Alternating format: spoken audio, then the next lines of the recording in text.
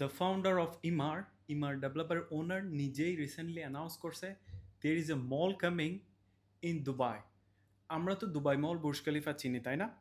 এখন যে মলটা আসতেছে ওইটা 3 টাইম বিগার সাইজ দেন দুবাই মল। আপনারা ভাবতে পারেন দুবাইয়ের সবচেয়ে বড় মল হচ্ছে দুবাই মল, এবং যে মলটা আসতেছে 3 টাইম বিগার সাইজ দেন দুবাই মল, এবং সেটা কানেক্ট হবে ক্রিক টাওয়ারের সাথে। এখন যেভাবে আছে না আমাদের দুবাই মল আর বুর্জ খলিফা কানেক্ট, ওইভাবে সেম একটা ক্রিক টাওয়ার আসবে, আর ওইটা কানেক্ট হবে দ্য স্কোয়ার মলের সাথে।